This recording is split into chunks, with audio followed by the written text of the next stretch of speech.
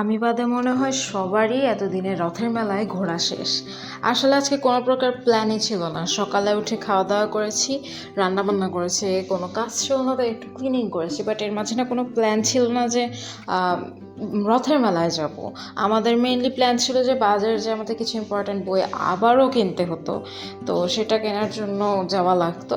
তো বাইরে যাওয়ার আগে তো আমার ম্যান্ডেটরি আমার মাছকে বিড়ালকে খাবার দিতে হবে, তারপর গাছে পানি দিতে হবে, নাহলে একটা মাথায় না টেনশন থাকে, যেহেতু বিকালবেলা বের হচ্ছি।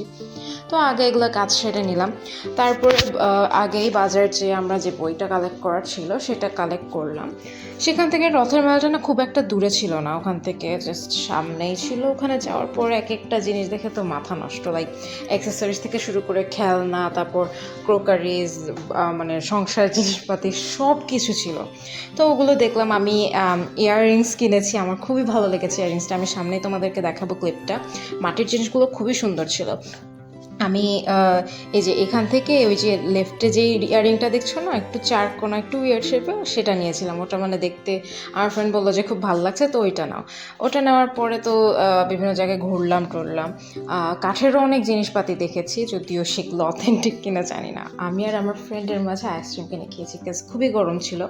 লাইটগুলো খুবই ভালো লেগেছে, বাট দাম অতিরিক্ত। আর ডেকোরেশনের জিনিসগুলো বেশ সুন্দর ছিল।